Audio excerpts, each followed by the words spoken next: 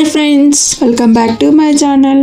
Today recipe అంటే very tasty recipe, stuff recipe. ఈ recipe అనేది చాలా అంటే చాలా చాలా బాగుంటుంది. ఒక్కసారి తింటే మళ్ళీ తినాలనిపించాలి. ఇప్పుడు ప్రాసెస్ చూద్దాం. ఒక బౌల్ తీసుకొని అందులోకి 1 కప్పు బొంబాయి రవ్వ తీసుకోవాలి. ఇందులోకి 1 టేబుల్ స్పూన్ గోధుమ పిండి తీసుకోవాలి. బైండింగ్కి బాగా హెల్ప్ చేస్తుంది. తర్వాత మీ దగ్గర పెరుగుంటే 1/2 కప్పు తీసుకోండి, లేదంటే ఒక హాఫ్ లెమన్ తీసుకోండి. ఇప్పుడు వీటన్నింటినీ ఒకసారి బాగా కలిపేసుకోవాలి.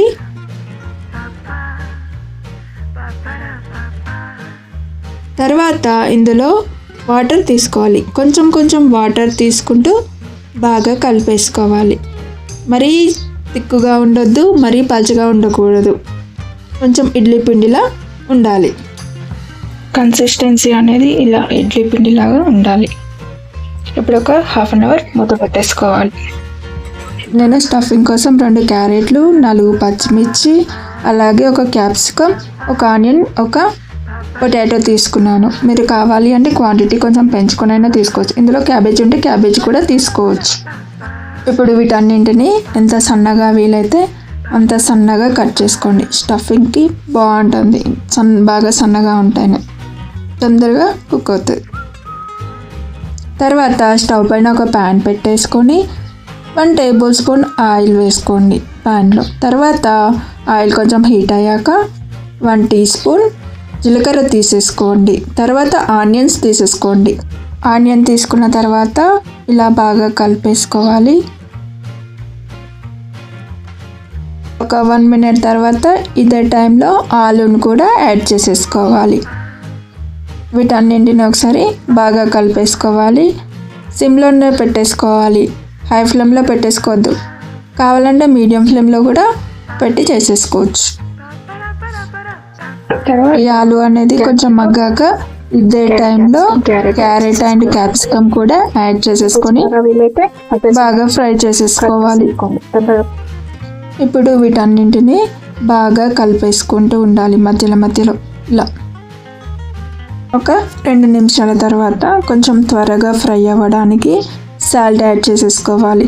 సాల్ట్ యాడ్ చేయడం వల్ల తొందరగా ఫ్రై అయిపోతాయి ఇవన్నీ.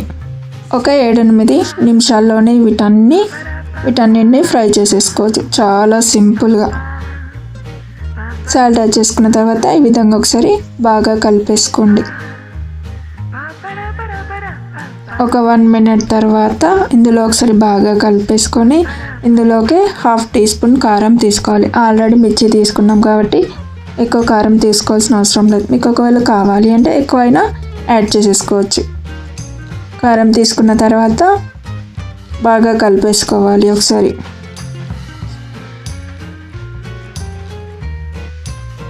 బాగా ఉడికిపోయాక కొంచెం మెత్తగా ఉంటేనే బాగుంటుంది స్టఫింగ్కి. ఈ విధంగా పీసెస్ ఉంటే అంత బాగోదు కాబట్టి పప్పు గుత్తితో స్మాష్ చేసుకుంటున్నాను. మీ దగ్గర స్మాషర్ ఉంటే స్మాషర్తో కూడా చేసేసుకోవచ్చు. స్మాష్ చేసుకున్న తర్వాత ఇందులో కొంచెం కొత్తిమీర యాడ్ చేసేసుకోవాలి. యాడ్ చేసేసుకొని ఒకసారి బాగా కలిపేసుకుని నేను ఇందులో పసుపు మర్చిపోయాను. ఇదే టైంలో నేను పసుపు పొడి కొంచెం యాడ్ చేస్తున్నాను. ఫైనల్గా 1 teaspoon tomato ketchup add చేసుకోండి ఉంటే, లేకపోతే స్కిప్ చేయండి. ఉంటే మాత్రం కంపల్సరీ వేయండి, చాలా బాగుంటుంది. టమాటో కెచప్ వేసేసి బాగా కలిపేసుకోండి స్టఫింగ్ అనేది రెడీ అయిపోయింది. ఇప్పుడు ఈ స్టఫింగ్ని ఒక ప్లేట్లో పెట్టేసుకోవాలి. తర్వాత ఒకసారి బాగా కలిపేసుకోండి పిండిని. ఇందులోనే హాఫ్ టీ స్పూన్ వంట సోడా పొలవాలి కదా, అలాగే కొంచెం సాల్ట్ తీసేసుకొని ఒకసారి బాగా కలిపేసుకోండి. పైన ప్యాన్ తీసుకోండి. నేను ఇక్కడ ప్యాన్ తీసుకుంటున్నాను. ప్యాన్లో కొంచెం ఆయిల్ తీసేసుకోవాలి. ఒక 1 టీ స్పూన్ కొంచెం స్ప్రెడ్ చేసుకోండి ప్యాన్లోనే ఆయిల్ని. తర్వాత ఒక గరిటెడు పిండి తీసుకొని చిన్న పూరీలా చేసేసుకోవాలి. ఇలా కొంచెం స్ప్రెడ్ చేసేసుకోవాలి. తర్వాత చేసి పెట్టుకున్న స్టఫింగ్ని దీనిపైన పెట్టేసుకోవాలి. చేసిన కర్రీని కొంచెం ఎక్కువనే తీసుకోండి, టేస్ట్ అనేది బాగుంటుంది.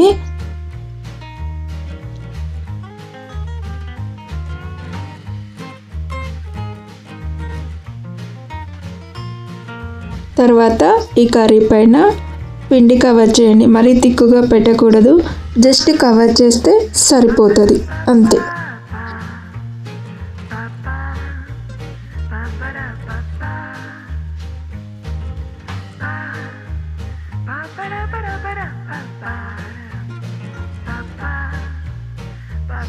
తడి అనేది ఆరిపోయాక రెండు వైపులా బాగా తిప్పుకుంటూ కాల్చుకోవాలి.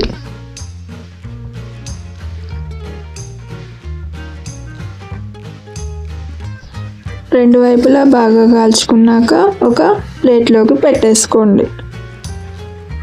మరొకటి చూపిస్తాను. ఒక గరిటెడు పిండి తీసుకొని ఒక పూరీ సైజ్ చేసేసుకోవాలి.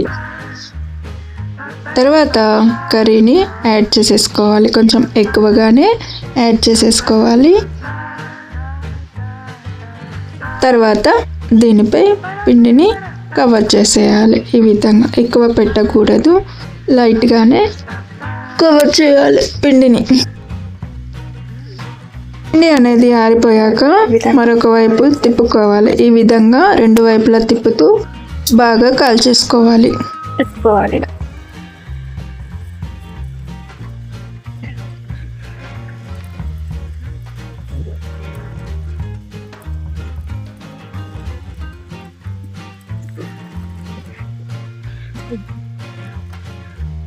చాలా సింపుల్గా స్టఫ్ రెసిపీ అనేది చేసుకోవచ్చు. పిజ్జా, బర్గర్ కన్నా బాగుంటుంది ఇదే. ఇలా ఉత్తగానే తినచ్చు. కావాలి అంటే టమాటో కెచప్తో కూడా తినేయచ్చు. చాలా సాఫ్ట్గా సూపర్గా ఉంది. టేస్ట్ సాఫ్ట్గా సూపర్గా ఉంది రెసిపీ. వేడిదే కాకుండా చల్లారిపోయినా కూడా ఈ రెసిపీ సూపర్గా ఉంటుంది. ఈ వీడియో కనుక మీకు నచ్చినట్లయితే లైక్ చేయండి, షేర్ చేయండి, కామెంట్ చేయండి, సబ్స్క్రైబ్ చేయండి. Thank you for watching.